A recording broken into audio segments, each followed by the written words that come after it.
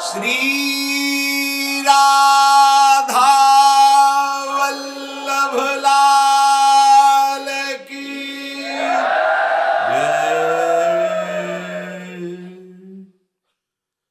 परम सच्चिदानंद घन आनंद समुद्र, प्रेम समुद्र, ज्ञान वैराग्य भक्ति ऐश्वर्य अनंत शक्तियों के स्वामी प्रभु श्री कृष्णचंद्र जी कृपा करके ऐसा उपदेश कर रहे हैं जिसे हम श्रद्धा विश्वास पूर्वक सुने, एकाग्रता पूर्वक महत्व बुद्धि रखकर मनन करें और इसे अपना जीवन बना ले, अपनी धारणा बना ले, तो इसी जन्म में जो हमें किंचन मात्र कहीं दुख का लेश न मिले, कहीं अशांति न मिले, कहीं किसी तरह का बंधन नहीं, वो परम सुख जिसे परमानंद कहते हैं, एकांतिक सुख कहते हैं,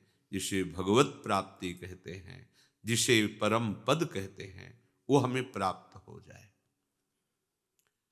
प्रभु कह रहे हैं मैंने ही ये दो की रचना की है, एक प्रकृति और एक जीव। प्रकृति की रचना हुई, जीव की रचना नहीं हुई है। ये भगवान का अंश है, ये भगवान की रचना नहीं है। स्वयं भगवान अपने अंश से सबकी आत्मा के रूप में स्फुरित हो रहे हैं। श्री भगवान संपूर्ण ज्ञान समुद्र हैं। यदि हम ध्यान पूर्वक सुने तो जहां हमारा फसाव है हम उससे मुक्त हो जाएं। ये किसी क्रिया से फसाव नहीं हटेगा। यदि आपको ऐसा कुछ भ्रम हो कि मैं तपस्या या कोई बहुत बड़ी क्लिष्ट क्रिया करके इस फसाव को मुक्त कर लेंगे तो असंभव, क्योंकि क्रिया के करने का जो भाव है वही फसाव है। ये बड़ा सूक्ष्म विषय है। जितनी क्रियाएं होती हैं सब प्रकृति से होती है, प्रकृति ही उसका कारण है और प्रकृति में ही बर्ताव होता है। तो हमें जो उसका फल मिलेगा वो प्राकृतिक ही मिलेगा। उस क्रिया से संबंध रहित हो जाना ही इस स्वरूप की स्थिति का वर्णन है। यदि हम क्रिया प्रधान अहम बुद्धि तो कर्ता भोक्ता भाव, तो प्रकृतिजन्य शरीर को, प्रकृतिजन्य करण को तदात्म भाव से मानने के कारण मुक्त होना अत्यंत दुर्लभ है। श्री भगवान कह रहे हैं भूमिरापो नलो वायुः खम मनो बुद्धिरेव च अहंकार इतीयं मे भिन्ना प्रकृतिरष्टधा अपरेयमितस्त्वन्याम् प्रकृतिं विद्धि में पराम् जीवभूता महाबाहो ययेदं धार्यते जगत्। हे महाबाहो, पृथ्वी, जल, तेज, वायु, आकाश, ये पंच महाभूत हैं। मन, बुद्धि, अहंकार, ये पांच महाभूत और ये तीन मिलाकर अष्टधा प्रकृति कही गई है। मन जब चिंतन में लगता है तो इसी को चित्त कह देते हैं। वस्तुतः वो मन ही होता है, इसलिए प्रभु ने यहाँ अलग से चित्त नहीं स्वीकार किया। मन को ही, मन की वृत्ति को, जो चिंतनीय वृत्ति होती है उसी को चित्त कहते हैं। इसलिए प्रभु ने पंच महाभूत में इनकी तन्मात्राएं भी है, शब्द, स्पर्श, रूप, रस, गंध। ये 8 प्रकार की फंसाने वाली प्रकृति है। समझना, बिल्कुल हमसे अलग है ये। पंचभूतों द्वारा रचित ये स्थूल शरीर और अंतर में जो करण है उनको 4 कहा गया है, पर प्रभु यहां 3 ले रहे हैं। एक की वृत्ति को मन में ही समाहित कर दिया है। बुद्धि, मन और अहंकार, ये सूक्ष्म शरीर। और इसी अष्टधा प्रकृति का जो त्रिगुणात्मिका स्वभाव है वही कारण शरीर, इसलिए उसको वर्णन नहीं किया, कारण शरीर नहीं कहा, क्योंकि इसी प्रकृति के स्वभाव का परिणाम कारण शरीर होता है। मूल बात ये अष्टधा प्रकृति है।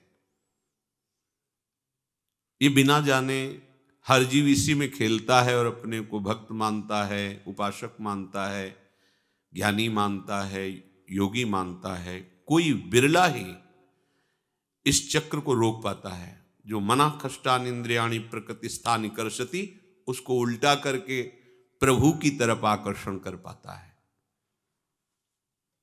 ये 8 प्रकार की प्रकृति है जिसको अपरा प्रकृति भगवान ने संबोधन करके कहा। और इस अपरा प्रकृति से बहुत ही दिव्य और बिल्कुल अलग एक परा प्रकृति है जिसे भगवान का अंश कहा गया, जो आप हैं। आप हैं का मतलब ये शरीर नहीं, ये मन बुद्धि नहीं, ये स्वभाव नहीं, आप इससे अलग, बिल्कुल अलग है। जैसे इस शरीर से मकान अलग है, ऐसे हमसे हमारा शरीर, हमारा अंतःकरण, हमारा स्वभाव बिल्कुल अलग है। चाहे जिस मार्ग का पथिक हो, ये स्थिति आए बिना हो, ना तो प्रेम में और ना मोक्ष पदवी में। 5 भूले देह शुद्धि, जब तक देह का तात्पर्य तीनों देहों से है, स्थूल, सूक्ष्म और कारण, तब तक वो रास विलास में या अखंडानंद में प्रवेश नहीं पाता। प्रभु कह रहे हैं इन्हीं 2 के द्वारा ये पूरा जगत है। जितना कुछ देखने में, सुनने में जो कुछ भी आ रहा है, मैं अरु मोर तोर तय माया, जही बस कीन्हे जीव निकाया, गो गोचर जहां लग मन जाई, सो सब माया जानो भाई। हमारे प्रभु इन दोनों के कारण हैं, अष्टधा प्रकृति के भी और परा जीव के भी, वही कारण है। प्रभु 2 विभाग करके इसी में खेल रहे हैं, सबसे परे और सब में भरे। सिद्धांत समझिए। देखो बड़ा सूक्ष्म विषय है, जैसा क्रम से आता जाता है वैसा वर्णन होता है, आप इसे बहुत ध्यान से समझिए। प्रभु सबके कारण हैं। कारण श्री हरिवंश भनम, सेवक जी महाराज कह रहे हैं। प्रत्येक मनुष्य का स्वभाव इसी प्रकृति के अनुसार रचा गया है। कहीं रजोगुण की अधिकता का स्वभाव जो कारण शरीर, कहीं तमोगुण की, कहीं सात्विक, पर वो तीनों गुणों के अंतर्गत होने के कारण अपने स्वभाव में फंसा रहता है, स्वरूप में नहीं आ पाता है। कोई बिरला ही ऐसा होता है, जैसे भगवान ने पीछे कहा, हजारों चलने वालों में कोई एक प्रयत्न करता है, हजारों प्रयत्न करने वालों में कोई एक आगे बढ़ पाता है, उनमें हजारों में कोई एक सिद्ध होता है। प्राय इसी स्वभाव में फंस जाते हैं, प्रकृति के स्वभाव में। हमें बहुत बढ़िया अवसर करुणा करके प्रभु ने दिया है। श्रुत्वापि शुद्ध चैतन्य मात्मान मति सुंदरम, उपस्थित्यंत संशक्तो मालिन्य मधि गच्छति। जब तूने सत्संग के द्वारा ये समझ लिया है कि ये जो अष्टधा प्रकृति के द्वारा रचा हुआ माया जाल है, यही तेरे दुख का कारण है। ये जो शरीर में, अंतःकरण में, स्वभाव में तदात्म हो गए, मेरा स्वभाव, मेरा शरीर, मेरा मन, यही तुम्हारी दुर्गति का कारण है। बड़ा अध्यात्म है, ये सूक्ष्म विषय है।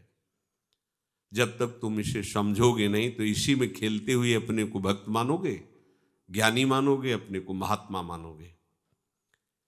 जब तूने सत्संग के द्वारा ये जान लिया है कि एकमात्र शव के कारण परम सत्य श्री भगवान ही हैं, प्रभु ही हैं, वही प्रभु जिनको ज्ञानी जन आत्मा कहते हैं। सेवक जी महाराज कह रहे हैं, आत्मा हरिवंश प्रगट परमानंद, श्री हरिवंश प्रमाण मनम।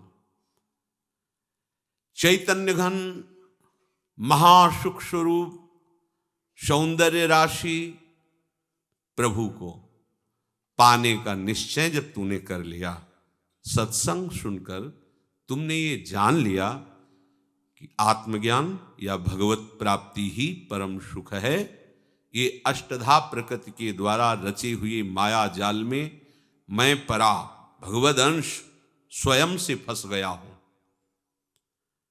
और भगवत प्राप्ति का तूने निश्चय किया तो फिर सबसे बड़ा विघ्न इस मार्ग में प्रारंभ से लेकर अंत तक जो साथ में विघ्न डालता है वो है काम। बहुत महिमा में प्रसंग है, ये आंतरिक अंतर्मुखता वाले उपासकों के लिए है, ये जागतिक व्यवहार और बैलेंस बनाकर चलने वालों के लिए नहीं है। ये केवल सीधे लक्ष्य भेद करने वाले उपासकों के लिए जो परमात्मा प्राप्ति का लक्ष्य किए हैं। प्रारंभ से लेकर के आपकी भगवत प्राप्ति तक जो बाधा पहुंचा सकता है वो एक भयानक शत्रु है, काम। इसकी बहुत ऊंचाई तक पहुंच है, ये अत्यंत आसक्त कर देता है इस अष्टधा प्रकृति में, और इतना मलिन कर देता है कि कोई अपने को ज्ञानी कहते हुए, योगी कहते हुए, भक्त कहते हुए सकुचाता नहीं और इसी में खेलता है। जब आपने सत्संग के द्वारा निश्चय कर लिया कि ये प्रकृति माया फंसाने वाली है, मैं जन्म जन्म से इनके ही आकर्षण में भटकता आ रहा हूं, अब मुझे भगवत प्राप्ति करनी है, तो आपको ये समझना होगा कि प्रारंभ से लेकर भगवत प्राप्ति तक एक महान शत्रु है जो आपका पीछा नहीं छोड़ेगा, उसका नाम है काम। ये काम प्रकृति में अत्यंत आसक्त कर देता है, हृदय को मलिन कर देता है। यदि कोई संसारी इसमें आसक्त है तो आश्चर्य की बात नहीं, पर आप सत्संग सुनने वाले, भजन करने वाले, भगवत प्राप्ति का निश्चय करने वाले, महान आनंद की प्राप्ति के लिए इस मार्ग में कदम रखने वाले, तुम क्षुद्र आनंद में आसक्त हो रहे हो, लिप्त हो रहे हो और अपने को उपासक कहते हो, आत्मज्ञानी कहते हो, भक्त कहते हो, बैरागी कहते हो, तो मुझे आश्चर्य हो रहा है।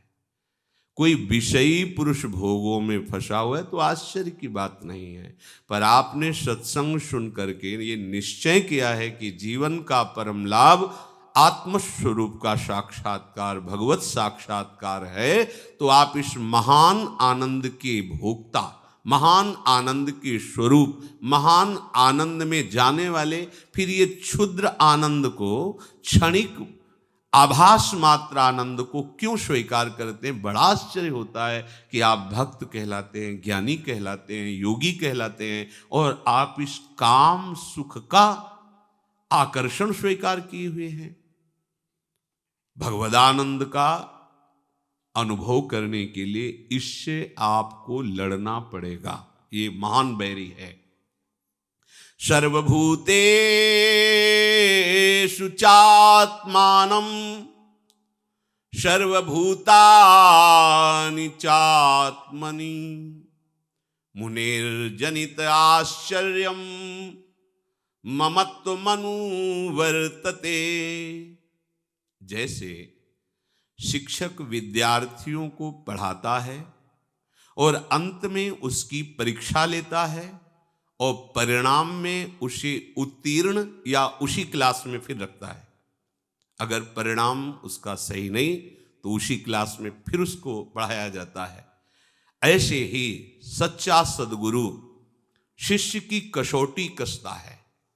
यदि वो उसकी कसौटी पर खरा उतरा तो आगे की भूमिका पर उसे पहुंचाया जाता है, नहीं तो फिर वहीं रखकर शिक्षा दी जाती है। जैसे परीक्षक परीक्षा के बाद उसे उत्तीर्ण या उसी क्लास में रखता है, ऐसे ही अगर आप बार बार फेल होते रहे तो आपका उत्साह खत्म हो जाएगा। ध्यान दीजिए, बहुत सूक्ष्म अंदर की बात है। भगवत प्राप्ति का उत्साह नहीं प्यारे, अनंत जन्मों से इसी काम ने हमारी दुर्गति कर दी है। फिर समझ लीजिए, प्रारंभ से लेकर भगवत प्राप्ति तक आपको जो गिरा सकता है उसका नाम है काम। सब कुछ त्यागने में आप समर्थ हो सकते हैं। जब तक उपासक थोड़ा भी इसके प्रति राग रखेगा तो खरा नहीं उतर पाएगा। पुस्तकीय ज्ञान से कोई काम पर विजय प्राप्त नहीं कर सकता। कोई बाहरी क्रियाओं से अपने को इस काम से नहीं बचा सकता। ये महापुरुषों की बातें हैं। अज्ञानी ही अपने को मान लेता है कि मैं ज्ञानी हो गया हूं, मैं बड़ा भारी उपासक हूं। यदि उसे काम में थोड़ा भी राग है तो अज्ञानी ही है, पर अपने को ज्ञानी मानता है। तूने सब भूतों में विराजमान प्रभु को जो आनंद स्वरूप है उनकी प्राप्ति के लिए ठान लिया, तो पेश अंधकार में काम को क्यों स्वीकार करते हो? यही आश्चर्य की बात है कि उपासक हो करके तुम काम को स्वीकार करते हो। आस्थितः परमाद्वैतम मोक्षार्थे व्यवस्थितः आश्चर्यम कामवसगो विकलः केलि शिक्षया। बिना ये बात जाने तुम द्वंद्वों से मुक्त नहीं हो सकते, भगवत प्राप्ति नहीं कर सकते। ये सृष्टि मायाकृत है और तुम स्वयं भगवान के अंश हो। तुम पूर्ण हो, तुम्हें किसी भी विषय सुख की जरूरत नहीं है। अपने स्वरूप को, अपने स्वामी को भूल करके तुम आसक्त हो गए हो इस देह में। इसलिए तुम्हें अपने मन, बुद्धि, चित्त, अहंकार, इसमें जो काम स्फुरणा हो रही उसे मिटाना होगा। ऐसी स्थिति तुम्हें लानी होगी कि सारा जगत जो काम क्रीड़ा में लगा हुआ है, कामाभ्यास में रत है, भोगाभ्यास में रत है, तुम्हें ब्रह्माभ्यास, भगवदाभ्यास में स्थित होना है। सबको ये काम व्याकुल कर सकता है, लेकिन जिसे तत्व ज्ञान हो गया है या भगवत प्रेम हो गया है, इसकी सामर्थ्य नहीं है। आप खुद अपनी परीक्षा कीजिए कि आपका हृदय काम से कितना आसक्त हो रहा है। यदि काम भोग के लिए तुम्हारी व्याकुलता भी शेष है तो न तुम्हें आत्मज्ञान हुआ है, न भक्ति हुई है, तुम्हें केवल भ्रांति ही भ्रांति है। उद्भूतम ज्ञान दुर्मित्र मवधार्याति दुर्बलः आश्चर्यम काममाकांक्षेत कालमंत मनुष्रितः। ऐ उपासक, एक काम वासना अनेक प्रकार से फंसाती है। उस काम वासना में कभी कोई आज तक तृप्त नहीं हुआ है, और ये सबसे तीव्र आकर्षण करती है। इसका जो आक्रमण होता है वो विचार के लिए अवसर नहीं रखता। ध्यान दीजिए, काम का आकर्षण विचार का अवसर नहीं देता कि आप बैठकर उस पर विचार करें। तरंगवत हुआ, समुद्रवत फैल गया और क्रिया में लगा दिया। इसलिए जो सावधान उपासक है, ये सबसे बड़ा शत्रु है। अगर ये होता रहा तो ना आप अपने को भक्त, ना आप ज्ञानी, ना योगी। यहां कह रहे हैं कि भ्रांत मात्र है तुम्हारे हृदय में कि मैं ज्ञानी हूं, भक्त हूं। यही सबसे बड़ा शत्रु। भगवान ने भी पीछे आदेश किया ये काम बड़ा शत्रु है, ज्ञानियों का शत्रु है। ज्ञानियों की बात नहीं की, आपको इसे मारना होगा। अर्जुन, ये कभी ना अघाने वाला तुम्हारा बहुत बड़ा दुश्मन है। भगवान व्यास देव जी अपने शिष्यों को यही समझाए थे, बलवान इंद्रिय ग्रामो विद्वानमपि कर्षति, विद्वानमपि, मूर्ख नहीं कहा, जो बड़े विद्वान हैं, ज्ञानी महात्मा हैं, उनको भी ये सावधान रहना चाहिए कि इंद्रियां बड़ी बलवान हैं, कहीं छूट न दे देना, नहीं तो गिरा देंगी।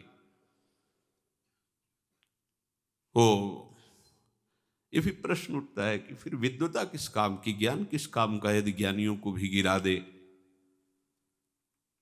जैमिनी जी ने कहा कि भगवान, आपकी सब बात सिरोधार्य है, पर इस पे मुझे संशय होता है। ऊपर की लाइन में था कि पुत्री, बहन, माता आदि के भी ज्यादा सानिध्य में अकेला न रहे, नहीं तो बहुत इंद्रिय बलवान है, कहीं भी गिरा सकती है। हाथ जोड़कर कहा कि भगवान, हमारे हृदय में एक प्रश्न उठ रहा है कि जो शास्त्र ज्ञानी है, जो धर्मात्मा है, जो भगवत मार्ग में चलने वाला है, वो ऐसा कैसे कर सकता है?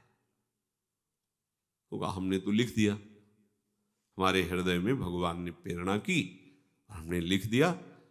अगर आप विचार करना आपको ऐसा लगेगा तो बदल देंगे, पर अभी तो हमारे हृदय में भगवान यही प्रेरणा कर रहे हैं कि मन और इंद्रियां बड़ी बलवान हैं। यदि एकांत में इस तरह का संभाषण और बहुत समय तक रहा जाए तो वो अपने पवित्र संबंधों को भी वो दूषित कर सकता है। काम इतना बलवान है, पवित्र संबंधों को, जैसे बेटी है, बहन है, पूज्य भाव जहां रखना है वहां भी ऐसा, इसलिए बहुत सावधान रहना चाहिए।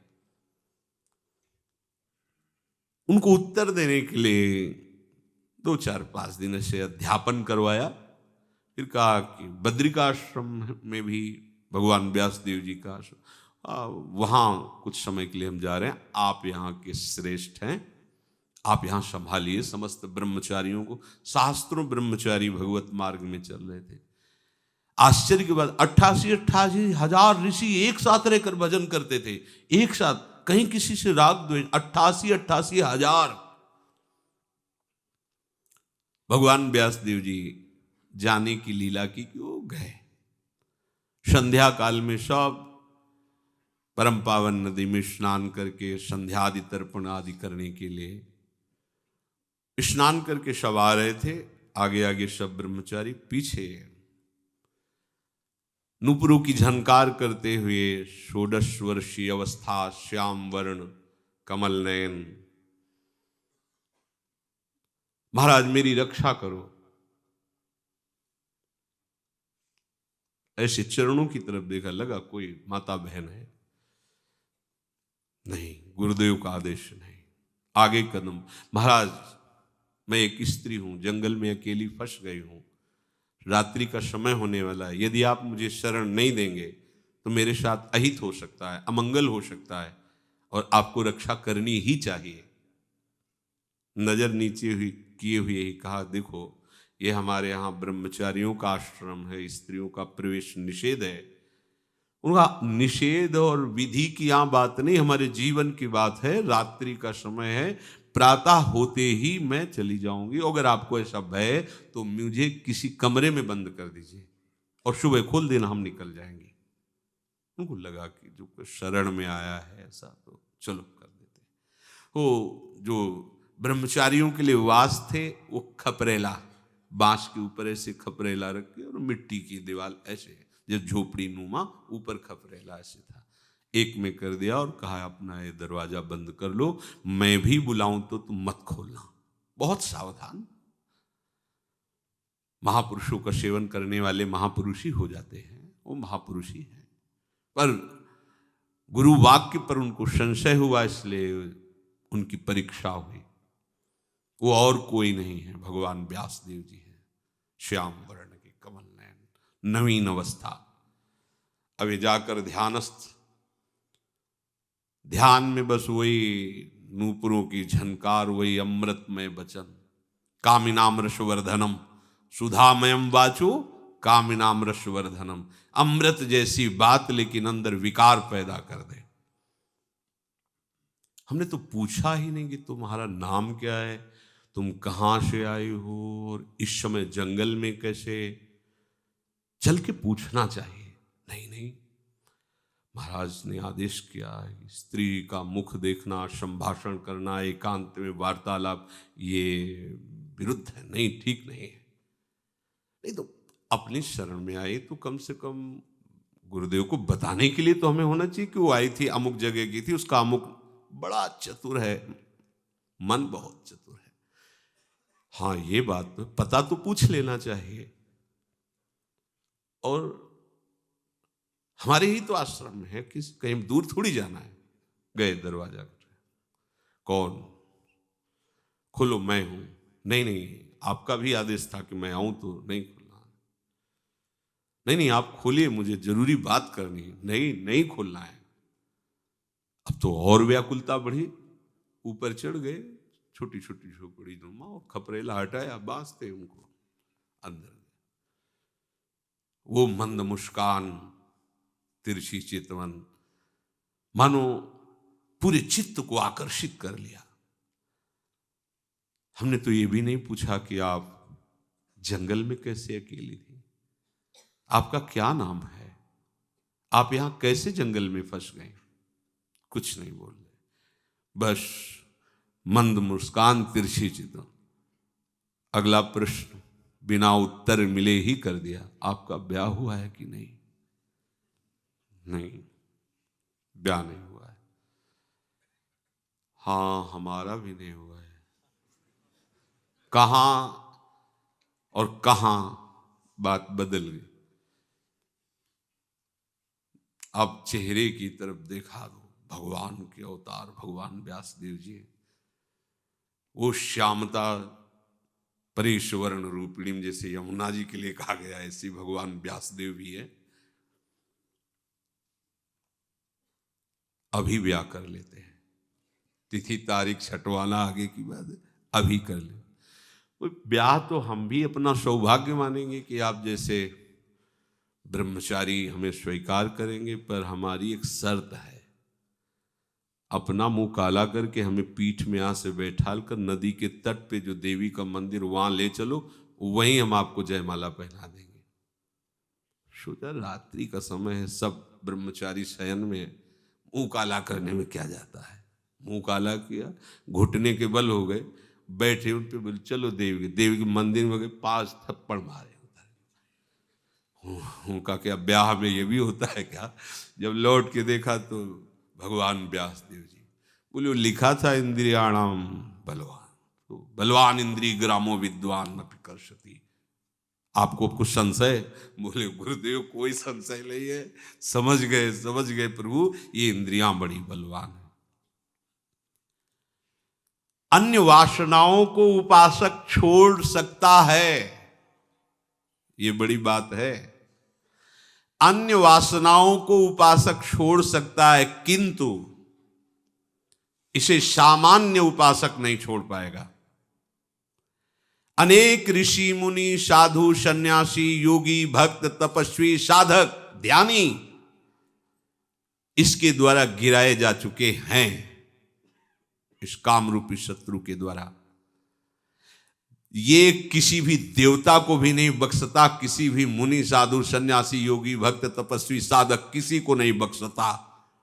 ये हर एक को परास्त करने के लिए ये त्रिभुवन विजयी अपने को साबित करता है। ये एक काम ऐसी ऊर्जा शक्ति है जो भगवत प्राप्ति में महान बाधक है। उपवास कर सकते हो आप, जल में रह सकते हो आप, जल पी के केवल, मतलब आप निर्वस्त्र रह सकते हो, कुछ भी आप कर सकते हो, पर इस दुश्मन से नहीं बचा जा सकता। बड़ा भयानक दुश्मन है ये काम। भगवत प्राप्ति की ऊर्जा शक्ति का अपहरण करने में बड़ा समर्थ है ये। इस काम को नष्ट नहीं किया जा सकता, इसका रूपांतरण किया जा सकता है, काम का मोड़ दिया जा सकता है। इसका मोड़ दो।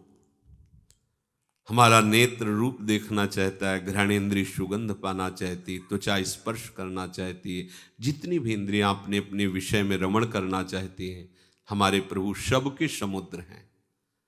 अगर रूप देखना है तो साक्षात मनमथ मनमथा, लाल की रूप माधुरी नयनन निरखे। अगर रूप देखना है तो हमारी सखी का रूप देखिए। देखो कैसा सुंदर है, प्यारी जो हमारी सखी है, स्वामिनी भी है, हमारी सखी भी कितनी सुंदर है। तेरो रूप कहते नहीं आवे।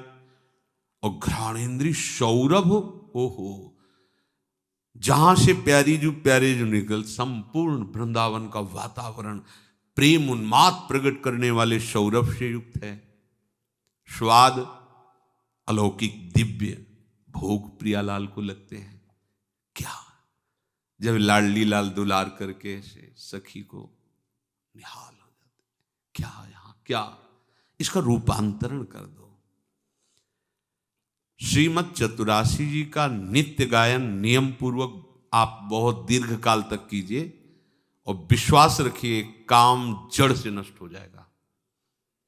काम पावक को पानी जिससे अग्नि जल रही हो और अधिक मात्रा में जल डाल दी, तत्काल भस्म हो जाएगा। पर ये बहुत काल तक, ऐसा नहीं कि एक पाठ करो और ऐसा नहीं, क्योंकि बहुत काल से वृत्तियां इसमें लगी हुई हैं। इससे परिष्कृत रूप से विकसित किया जा सकता है। ये संपूर्ण सृष्टि काम से उत्पन्न हुई। इस शरीर की रचना काम क्रीड़ा से हुई है। सब जीवों की काम क्रीड़ा, इसमें मूल संस्कार काम के बसे हुए हैं। ये ईश्वरीय शक्ति से संपन्न, कोई साधारण नहीं है। अब इसका प्रयोग हमें वासना में नहीं उपासना में करना है। देखो ये भी काम है। कब ऐसा होगा? मंद मंद मुस्कुराते हुए युगल सरकार नूपुरों की झनकार करते हुए आएंगे, हम उनके चरणों में लौट जाएंगे और दोनों प्रिया प्रीतम एक एक बाह पकड़कर उठाएंगे, अमृतमय वचन बोलते हुए मुझे अपने हृदय से। ये भी कामना मुड़ गई, इधर मुड़ गई। इधर की आशा परमम दुखम, इधर की आशा महासुख है। अगर कोई सोचे कि शरीर को दुर्बल करके बड़ी तपस्या से इस पर विजय प्राप्त कर ले, सो भी नहीं हो सकता। पीछे एक प्रसंग में सुनाया था कि एक महात्मा ऐसी कठोर तपस्या कर रहे थे कि वृक्ष की सूखी हुई छाल की पपड़ी केवल खाते थे। वृक्ष की छाल सूख गई, वो पपड़ी जैसी ऐसे पाल के और जल पी के रहते थे। अस्थिमात्र होए रहे शरीरा, महान तपस्या के धनी। पर अहम बिना शरणागति के नहीं नष्ट होता है, बना रहता है। दुर्वासा जैसे महापुरुषों में भी स्फुरित हुआ और कृत्य आदि उत्पन्न कर दी बिना किसी अपराध के। तो ये अहम का बड़ा सूक्ष्म स्वरूप, इसी से संपूर्ण सृष्टि का संचालन होता है, कर्ता भाव से ही, अहम से ही। इनके अंदर इतना अहम था कि मुझे कोई भी परास्त नहीं कर सकता। ये अहम प्रभु को बर्दाश्त नहीं होता। हमारे प्रभु का एक स्वभाव है, अहम से प्रभु को सुनहु राम कर सहज स्वभाव, जन अभिमान न राख। गर्व प्रहारी प्रभु का नाम है। बिल्कुल बर्दाश्त नहीं होता, कोई भी अभिमान करे तो प्रभु को अच्छा नहीं लगता।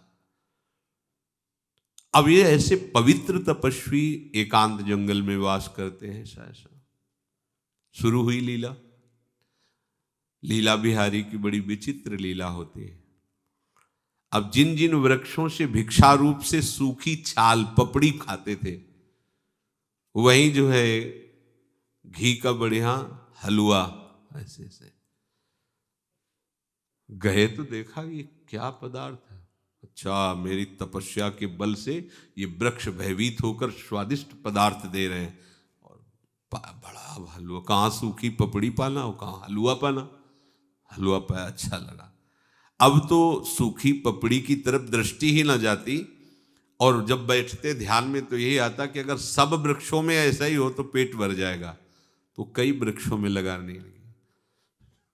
अब तो शरीर हष्टपुष्ट होने लगा। जो अस्थिमात्र हो रहे सर हलवा पाएंगे तो लालिमा तो आई जाएगी, रक्त बढ़ा, सप्तम धातु बढ़ी, शरीर बलिष्ठ हुआ।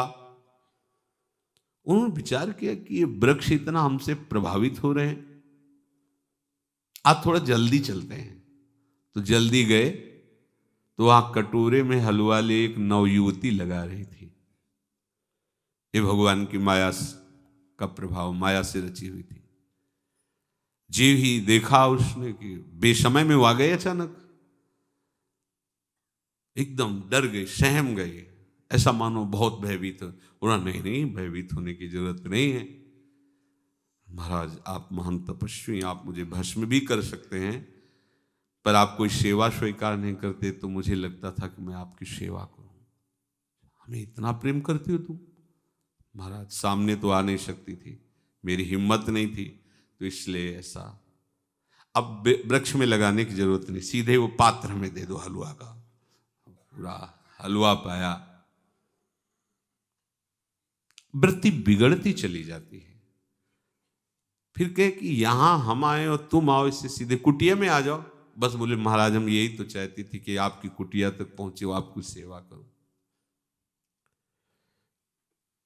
फिर वही प्रश्न उठ गया, कामना ऐसी बढ़ी कि ब्याह तक के लिए राजी हो गए, सारी तपस्या भूल गए।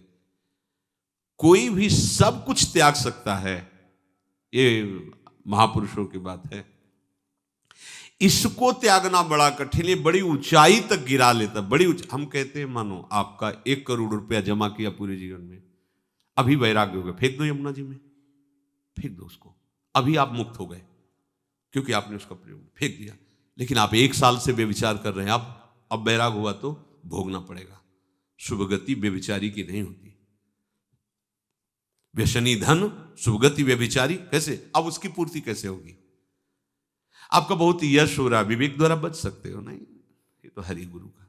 लेकिन भोग शरीर से तो स्वयं तदात्म करो। अब इस सबसे बड़ा शत्रु है। मृत्यु का समय निकट हो, शरीर अत्यंत दुर्लभ हो, फिर भी वो काम भोग की इच्छा ना करे, ऐसा नहीं कह सकते।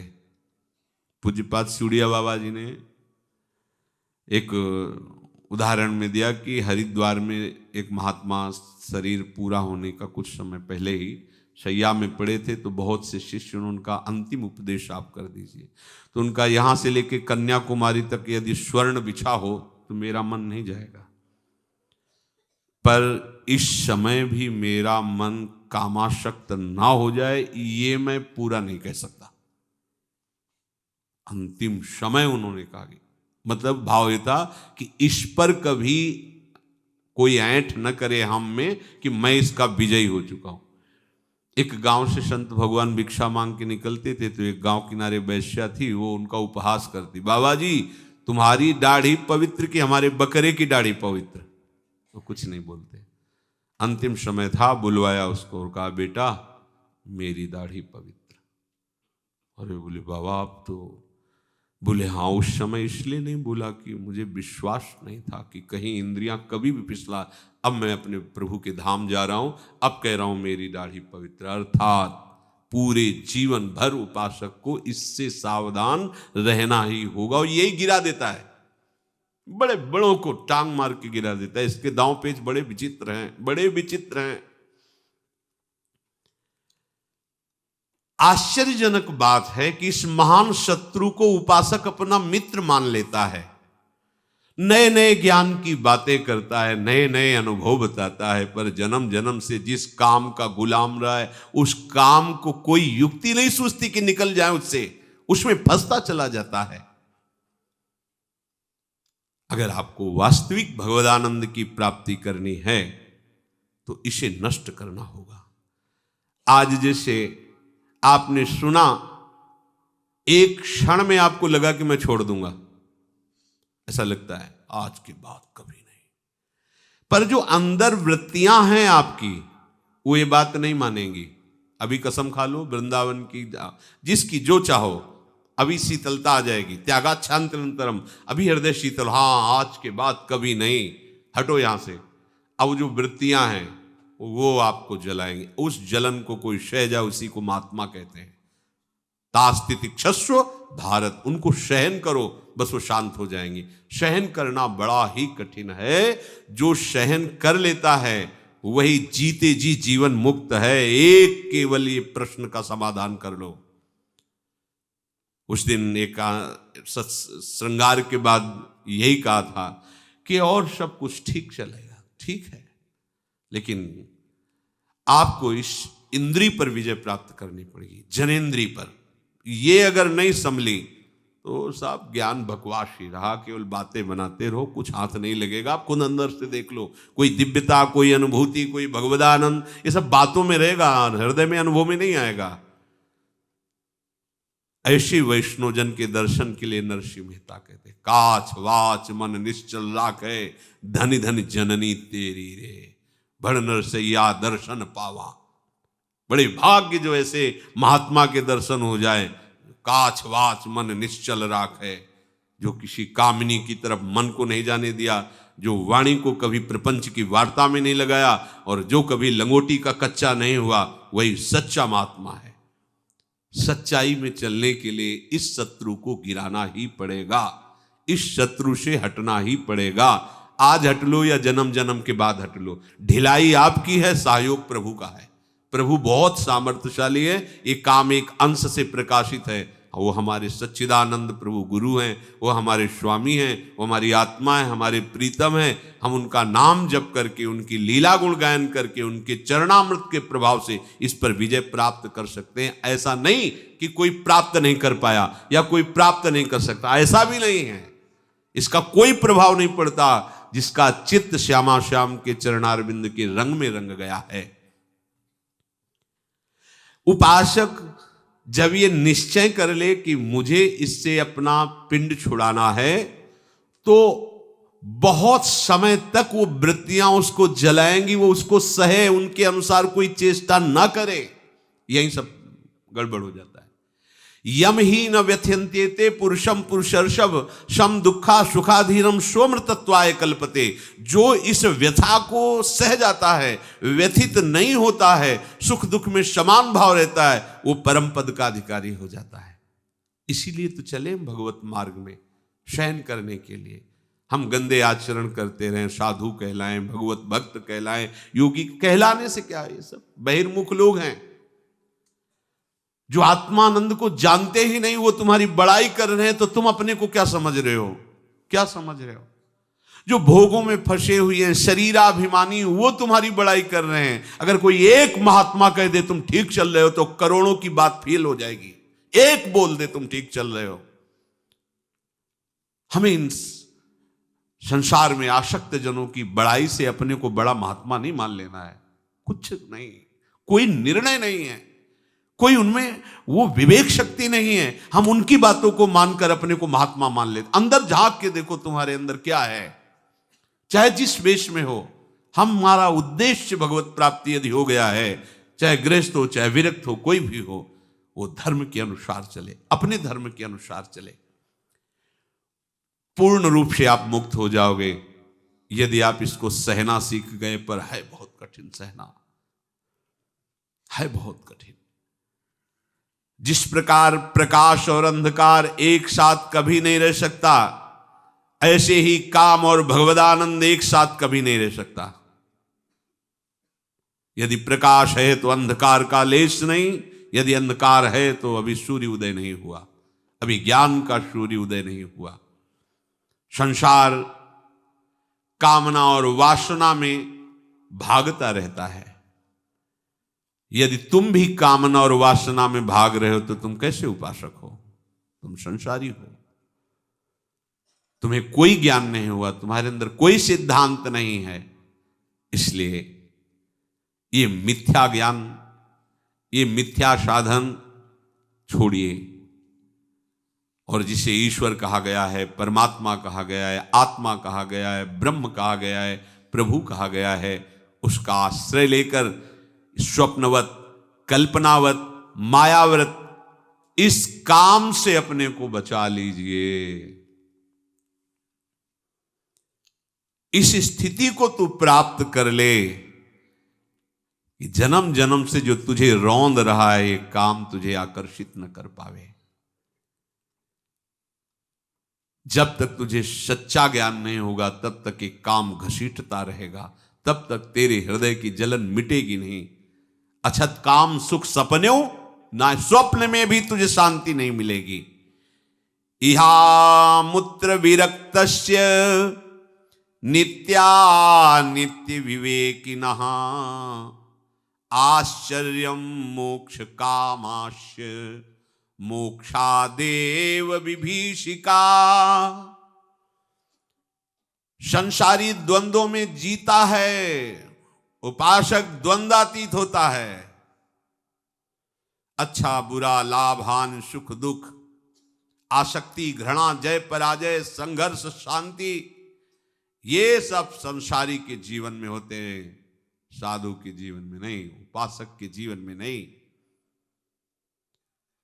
संसार में रह करके वो संसारियों से भिन्न होता है उपासक।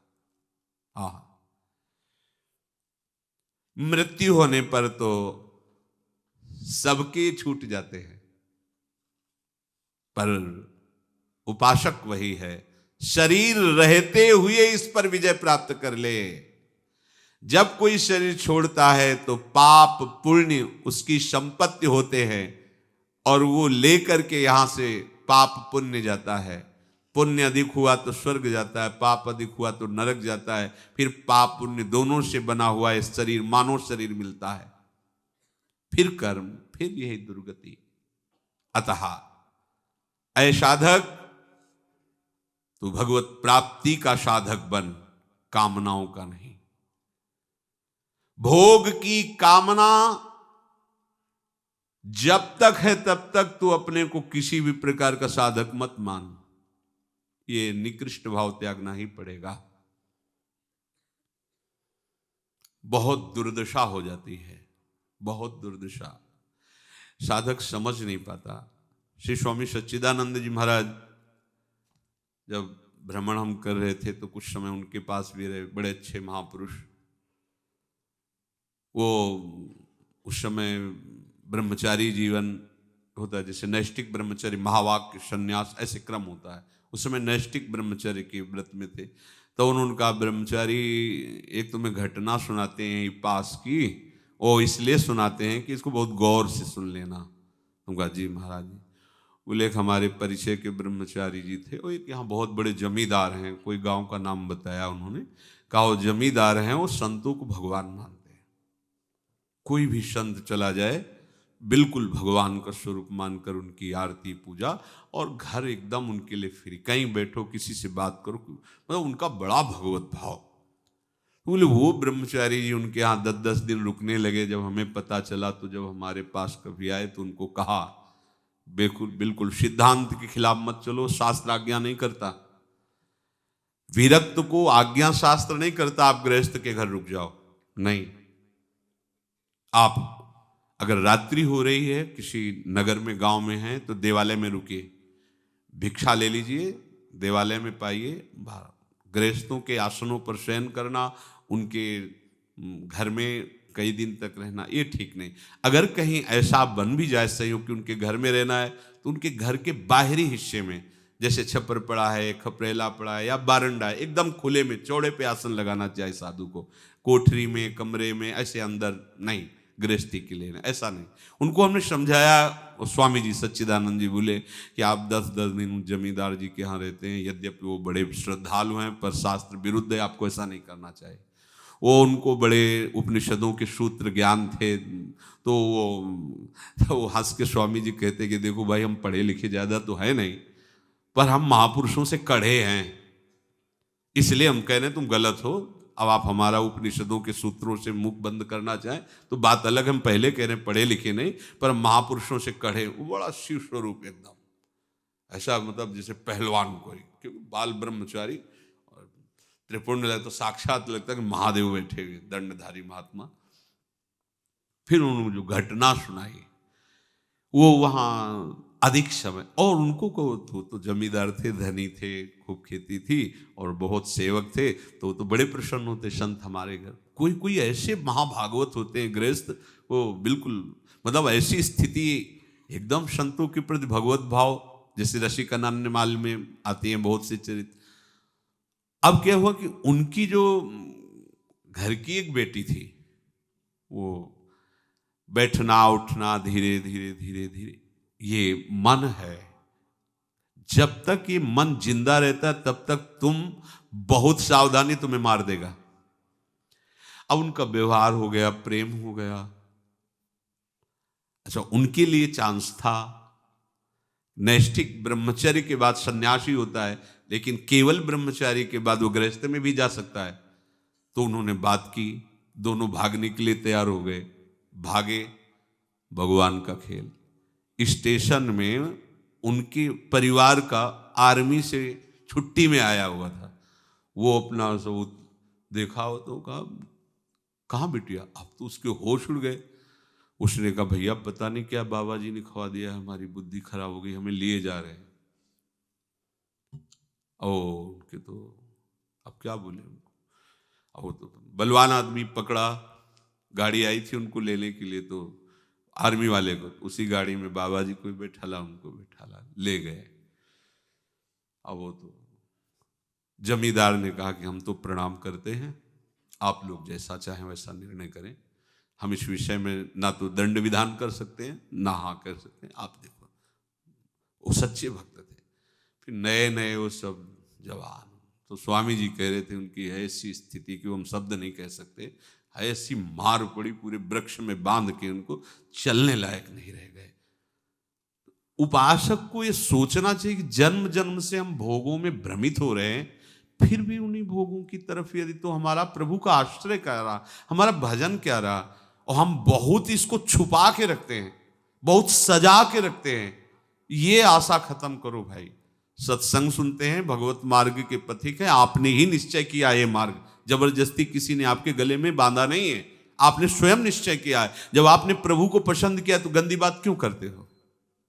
एक बार चूक हो गई, दो बार चूक हो गई, पूर्वाभ्यासवत सावधान, आगे बढ़िए। तू इसीलिए भोगों से विरक्त नहीं हो पा रहा है कि क्योंकि तू नहीं चाह रहा है। ध्यान रखना, अगर तू चाह ले तो भगवान का अंश से तू क्या नहीं कर सकता। तू चाह कर तेरे संस्कार, वृत्तियां, ये बीज रूप सब नष्ट हो जाएगा। जो भोग का संस्कार है नष्ट हो जाएगा, और तू पूर्ण रूप से मुक्त होकर नित्य एवं शाश्वत को प्राप्त कर लेगा। बड़ा आश्चर्य है। तुझे भगवान से मिलने में भय लग रहा है। यह भी प्रश्न हुआ कि जब हम सोचते हैं भगवत प्राप्ति हो जाएगी तो क्या होता है भगवत प्राप्ति, हमें तो बड़ा डर लगता है भगवत प्राप्ति की बात से। तो हंसी आई। निर्भय पद में, जानते हो क्यों डर लगता है? क्योंकि भोग छूट जाएंगे। शरीर का आसक्त जीव है, वो सोचता है इससे बढ़िया क्या जीवन होगा। भगवत प्राप्ति में पता नहीं क्या होता है। ये तो को प्रगट में बताते भाई श्यामा श्याम के पास जाना, चक पाने को मिलेगा, ऐसा ऐसा, तो लगता है हाँ ठीक है ये बात है। अब उसको मोक्ष की बात बताओ तो उसको लगे क्या होता है, मतलब लीन हो जा। नहीं भाई ऐसा लीन नहीं, ये जैसे हम खा पी रहे हैं, जी रहे हैं, बढ़िया मकान दुकान सब रुपया पे, भय लगता है मोक्ष से। ये भोगों का आसक्त जीव अखंडानंद से या प्रेमानंद से, उसको भगवत प्राप्ति में या इसमें भय लगता है। ये महाप्रभु ने जो कहा भय लगता है वो अलग बात है। वो तो प्रिया जी के प्रेम में बोल रहे हैं। भोग की इच्छा ही तुझे परम पद से भयभीत कर रही, नहीं जाना। इसलिए जब तक तुम्हारी कोई भी इंद्री भोग वासना के लिए लालायित हो रही, तब तक तुम बिल्कुल सावधान रहो। धीरस्तु भोज्यमानोपि पीड्यमानोपि सर्वदा आत्मानं केवलम पश्यन् न तुष्यति न कुप्यति। तुम किसी पर प्रसन्न मत हो, समझो सिद्धांत, और किसी से नाराज भी मत हो। न तुष्यति न कुप्यति, कोई कितनी भी तुम्हारे अनुकूल वार्ता करे, सेवा करे, निरपेक्ष रहो। तुम्हारे आराध्य देव के द्वारा हो रही, किसी व्यक्ति के द्वारा नहीं। अगर आप उस व्यक्ति के प्रति झुकाव किए तो आसक्त हो जाएंगे, फंस जाएंगे। अब चूंकि बचपन से भ्रमण किए इसलिए हर बात का उदाहरण आ जाता है। एक फलाहार करते थे, उनके हाथ के हमने भी कूटू की रोटी पाई। जब फलाहार कर रहे थे तो उनके भी आश्रम में गए। जब गृहस्थ जन जुड़ते हैं तो उनकी श्रद्धा उनकी कोटि की होती है। आपको उनके साथ ऐसे रहना है जैसे डूबने वाले के साथ बचाने वाला रहता है। कैसे रहता है? वस्त्र पकड़ा दिया दूर से, ऐसे इतने बड़े तैराक नहीं हो कि कोई विषय में डूब रहा है और तुम विषय में कूद कर उसे निकाल लो, ये तो कोई जीवन मुक्त परमहंसों की बात है। डूबने वाला पहला काम करता है बचाने वाले को दबा के सांस लेना, उसमें डुबो के ऊपर सांस लेना चाहता है। यदि आप अच्छे तैराक नहीं हो तो आपको मार डालेगा। पहले आप मरोगे, बाद में वो मरेगा, क्योंकि वो आपके ऊपर चढ़ेगा। क्या करे? दूर से नाम रूप पकड़ा दिया, दूर चलो, इससे चलो। ऊपर चढ़ने की जरूरत नहीं, आसक्त होने की जरूरत नहीं है, उसका आश्रय लेने की। वो तुम्हारा आश्रय लिए तो उसके लिए तो बनता है, लेकिन तुमने भोगों के लिए उसका आश्रय ले लिया। वो हमारा भगत है ना, वो हमारा काम कर देगा। वाह, जीवन तुम्हारा इसीलिए था। मतलब समझो, आशा कहां लग गई? वो भगत है ना हमारा, वो हमारा काम कर दे। अरे तो काय के भगत बने? भगवान के भगत बने या भगत के भगत बने?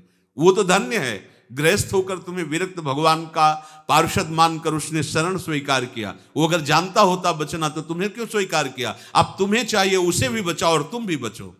अगर इतनी कला नहीं है तो चुपचाप एकांत में भजन करो, व्यवहार में मत उतरो। उपदेश देना, प्रवचन करना, व्यवहार में धर्म गुरु बनना, ये केवल भगवान की सामर्थ्य, दूसरे की नहीं। वही अपनी सामर्थ्य जहां रख देते हैं वहीं से होता है। अपने जानबूझकर इस आग में न कूदे, नहीं तो जल जाएंगे। ये बड़ा विचित्र खेल है माया का। अब उनमें एक विशेष श्रद्धा करने वाले भी भगत होते हैं, पूरा परिवार जुड़ गया।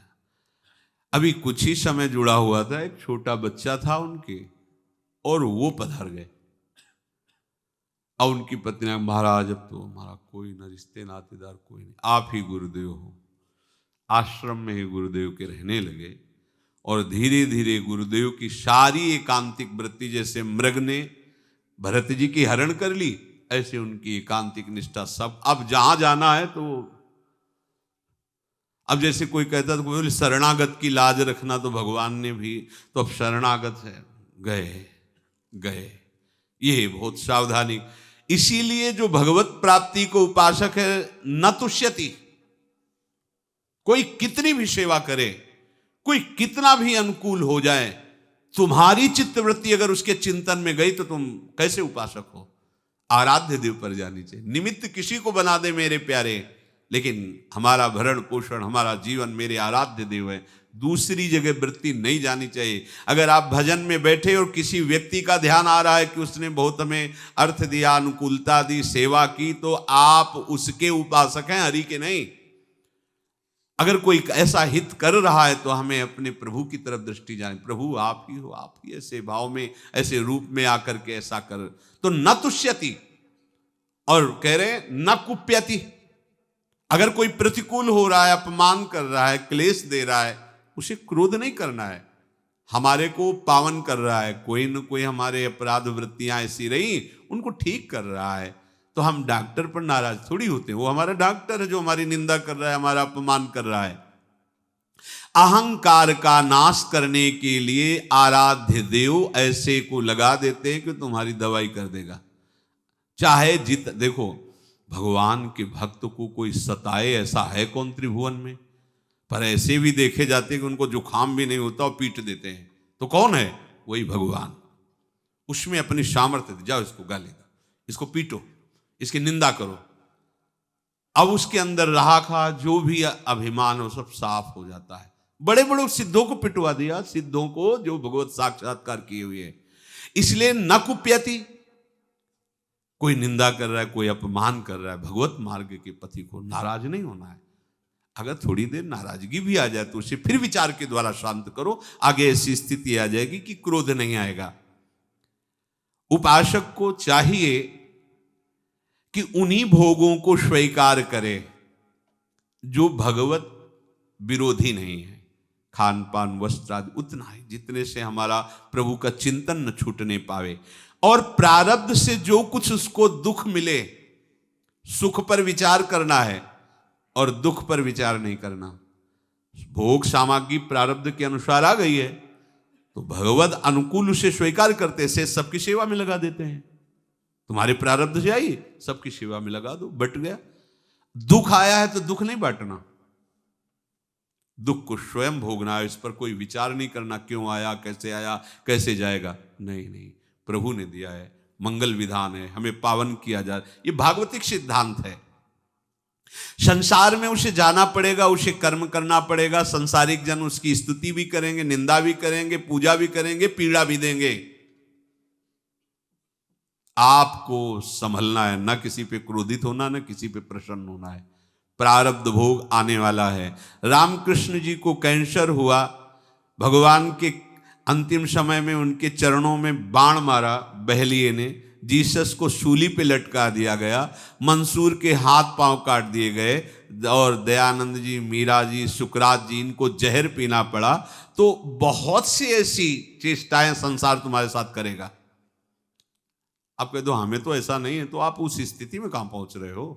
थोड़ा ऊंचा, उड़िया बाबा को गड़ासे से काट दिया, बड़ा दर्दनाक। ऐसा महापुरुष जो जीवन में कभी कहीं वैराग्य का मूर्तिमान, ब्रह्म का मूर्तिमान स्वरूप, ऐसे महापुरुष हो, 6-6 इंच गड़ास फव्वारे से उठ रहे थे, ध्यानस्थ प्रभु के ध्यान में ही बैठे थे। कथा हो रही थी, प्रभुदत्त ब्रह्मचारी जी की लिखित जो भागवती कथा है, गड़ासे से सम्मान, प्रशंसा या मृत्यु ही क्यों न हो, उपासक सबको सहन करता है। फिर काम सहने की क्या बात है। आपको ऐसे सहनशील होना है। अपने मानसिक भावों को केवल आप ही जानिए, दूसरे को मत बताइए। आप उपासक हैं, ये सूक्ष्म बात है। रही मन की मन व्यथा रखिए, मन में गोय सुनिठ लई हैं लोग, सब बाट न लइए कोई। और उन उपासक वृत्तियों को देख करके घबराता नहीं है, क्योंकि उसके बाद बहुत बड़ा बल है, ज्ञान बल, प्रभु का नाम बल, प्रभु का ध्यान बल। चेष्टमानम शरीरम स्वम पश्यत्यन्य शरीरवत्, संस्तवे चापि निंदायाम कथम क्षुभ्येन महाशयः। उपासक जब ये जान गया है कि ये शरीर मेरा नहीं है, मैं नहीं हूं, तो उसके शरीर से चेष्टाएं तो होंगी, पर वो चेष्टाएं बांधने वाली नहीं होंगी। स्वाभाविक उससे वही कर्म होंगे जिससे जगत मंगल होगा। जब कहीं स्वसुख वांछा का लक्ष्य होता है तो स्वाभाविक कर्म होंगे जिससे जगत अमंगल होगा। और जब स्वसुख वांछा की वृत्ति नहीं होती तो उससे स्वाभाविक चेष्टा ऐसे होती है जिससे जगत मंगल होता है। वो कुछ भी चेष्टा करेगा उसमें जगत मंगल छुपा होता है। उपासक कभी क्षोभ को प्राप्त ना हो हृदय, ऐसी वृत्ति बनाए। माया मात्रमिदं विश्वम पश्यन् विगत कौतुकहा, अपि सन्निहिते मृत्यु कथम तृष्यति धीर धीः। अज्ञानी तो संसार को सत्य मानकर इसको भोगना चाहता है। वो इसी में रहता है, इसी में जीता है, इसी में खाता पीता हंसता खेलता है, और इसी में अपना विकास मानता है, उन्नति मानता है। संसार में राग द्वेष स्नेह घृणा यही उसका जीवन होता है, पर उपासक का नहीं। उपासक संसार की उन्नति को उन्नति नहीं मानता, वो तो स्वर्ग को भी कुछ नहीं मानता। उपासक इसको उन्नति मानता है। मान अपमान दुख सुख लाभ हानि कोई प्रभाव नहीं, ये उन्नति, ये अध्यात्म उन्नति है। चाहे जितनी भोग सामग्री हो, भोगने की इच्छा ना हो, ऐसा हो जीवन कृतार्थ हो जाएगा, ऐसा हो जीवन कृतार्थ हो। और ऐसा बिल्कुल होगा। आप सच्ची मानिए, प्रभु के लिए कुछ दुर्लभ नहीं। आप उन प्रभु का आश्रय लिए बिल्कुल मान लीजिए। वो जीवन को देखा है, इस हृदय को देखा है। ये लोग कहते हैं हम पीएचडी पढ़े, तो हम कहते हैं मन की पीएचडी पढ़े, क्योंकि बचपन से इसी की मार खाते रहे, इसी को देखते रहे, इसी की एक एक हरकत देखते रहे, एक एक वृत्ति देखते रहे। सच्ची मानिए, प्रभु का आश्रय लेकर इसे प्रभुमय कर दिया जाए, मन को प्रभुमय कर दिया, सब ठीक हो जाएगा। रात दिन भजन में लगा दो, मृत्यु नजदीक है, आने वाली है। संसारी पुरुष मृत्यु से डरता है। यदि तुम मृत्यु से भयभीत हो गए तो तुम कौन से साधक हो, किस बात के साधक हो? अरे भाई, तुमने तो जीते जी शरीर का त्याग कर दिया, अब छूटे तो क्या परेशानी। सबसे बड़ी मृत्यु की, भय की वृत्ति उसके अंदर होती जो शरीर को अपना मानता है, जो जीना चाहता है, जो भोग भोगना चाहता है, जीकर वही मृत्यु से भयभीत होता है। तूने तो भोगों को त्यागा, शरीर के राग को त्यागा, तो जीने की इच्छा क्यों? अभी मृत्यु आ जाए क्या फर्क पड़ता है? हम तो अपने स्वरूप में है, अपने स्वामी जी के समीप है और वही है, वहीं जाना है, वही है, जहां जाना है वही है। अब हमें क्या फर्क पड़ता है? बोले आपको नहीं पड़ता होगा, हमें तो पड़ता है भाई। हमें, हम आपस में मिलके एक शब्द में हमें बोल दिया, हम सब प्रियाजू के हैं और ये तो जले गए, एक दूसरे को सब ले जाते हो, जलाते। ए मरा, ये ले गए, राम नाम सत्य है। तो तेरे विवेक कहाँ गया था? तू तो समझ, अब कम से कम एक को फूंक के आ रहा है तो तू जीते जी तो समझ ले कि सत्य क्या है। लेकिन नहीं, तो फूंक के आ रहे, पर उसको ये ज्ञान नहीं कि हम अभी बोलते क्या गए थे। अगर तेरे को मृत्यु का भय है तो तू उपासक किस बात का है? ये मृत्यु का भय उसी को सताता है जिसको इस शरीर से प्यार है, जीने की आशा है। क्यों? क्योंकि भोग भोगना है, इसलिए अच्छा लगता है संसार। उपासक तो मृत्यु को खिलवाड़ समझता है, और जिसकी वृत्ति भगवदाकार होने लगती है, वो मृत्यु तो महोत्सव हो जाता है उसके लिए। अज्ञानी मृत्यु से भयभीत होता है, उपासक नहीं। जब तूने संसार को, शरीर को मिथ्या माया जानकर त्याग दिया तो तुम मृत्यु से क्यों भयभीत होता है? स्वागत कर मृत्यु का और उत्सव मना उस दिन का जिस दिन तेरा शरीर छूटेगा। काहे को भयभीत? अब जब मृत्यु से भयभीत नहीं तो फिर और क्या भय? सबसे बड़ा कष्ट मृत्यु देती है, उसी से तो ये काम आदि क्या कष्ट दे सकते हैं। पर हम लोग बहुत कमजोर हो गए हैं, विषयों का सेवन करने से आध्यात्मिक ऊर्जा शक्तिहीन हो गए हैं। इसलिए हमें चाहिए कि हम अपना बल बढ़ाएं। मेरे बल सी वृंदावन रानी, खूब नाम जप करें, श्री जी की सेवा में रहें, वाणी जी का गायन करें, और विनय मान लीजिए हमारी, जिन भोगों को अभी तक आप भोगते रहे उनको कष्ट सहकर मत भोगिए, तभी आपकी आध्यात्मिक भूमिका ऊपर उठेगी। नहीं तो केवल बातें सब आपके रहेंगी, कुछ बनेगा नहीं। सच्ची मानिए, आप इस बात को रोक लीजिए। हम कह रहे हैं उचित सात्विक भोजन भरपेट पा लीजिए, जितनी नींद आए खूब आराम से सो लीजिए, चाहे व्यवहार के कार्य हो चाहे परमार्थ के कार्य हो, सब भगवत स्वरूप मानिए। बहुत आनंद पूर्वक भगवत प्राप्ति हो जाएगी। पसीना चुआने की जरूरत नहीं है। पर आपको क्यों नहीं हो रही? क्योंकि आप यह साधन कर रहे हो, चलनी में गैया है और दोष दैव को दे। बार बार उन्हीं भोगे हुए विषयों को भोगने की इच्छा, कैसे बमन के भांति जो भोग हैं उनको भोगते हुए आज तक तृप्ति नहीं। तो थोड़ा तो विवेक कर ले, कम से कम अब तो जितनी बची उतनी तो बचा ले। अब लो नशानी, अब ना नशे हो। हमारे ऊपर प्रभु की कृपा है, हमें घबराना नहीं। प्रारंभ से लेकर अंतिम तक जो बड़ा भारी शत्रु है उसको आप परास्त करना है प्रभु के नाम बल से, प्रभु के चरण बल से। इस काम से मुक्ति, काम से बच जाओ, नहीं तो जहां काम तहां राम नहीं, जहां राम नहीं काम। अगर ये काम है तो प्रेम कैसे हो सकता है प्रियालाल से? कैसे हो सकता है? श्री ध्रुवदास जी कहते सूर्य उदय हुआ अंधकार बना है, तो सूर्य कैसा? भगवत प्रेम के उपासक, और काम तो कैसा कैसा? ये बहुत ऊंचाई तक रहता है। और अभी आप इसी क्षण से हट करें और भगवत आश्रय लें तो आप रोक सकते हैं। जो हम कर नहीं सकते, हमारे प्रभु हमको आदेश नहीं देंगे। तो ये अष्टधा प्रकृति में हम प्रभु के दिव्य अंश होते हुए स्वयं फंस गए हैं। स्वयं हमने इसे स्वीकार किया है, भोग बुद्धि से स्वयं शरीर को मैं माना है। तो आपको अपने द्वारा अपना उद्धार करना होगा, आपको अपनी स्वीकृति बदलनी होगी। आप प्रभु के अंश हैं, किसी की रचना नहीं है। आप भगवान की भी रचना नहीं है, आप उनके अंश हैं। यह है भगवान की रचना। प्रकृति कृति ये रचना है, आप रचना नहीं हो, आप वही हो, उन्हीं के हो। दो भाव, वही तो ब्रह्म भाव, उन्हीं के भक्त भाव। जो देह प्राप्त होती है, सखा देह या गोपी देह या सहचरी देह, वो चिदानंद आत्मस्वरूप होती है। प्रकृति की रचना थोड़ी हो, तो भगवत स्वरूप होती है। इसलिए निरंतर नाम जप करो, असत आचरणों से बचो। सत्संग का यही परम लाभ है, इसी जन्म में हम भगवत प्राप्त हो जाएं। श्री राधा वल्लभ लाल की।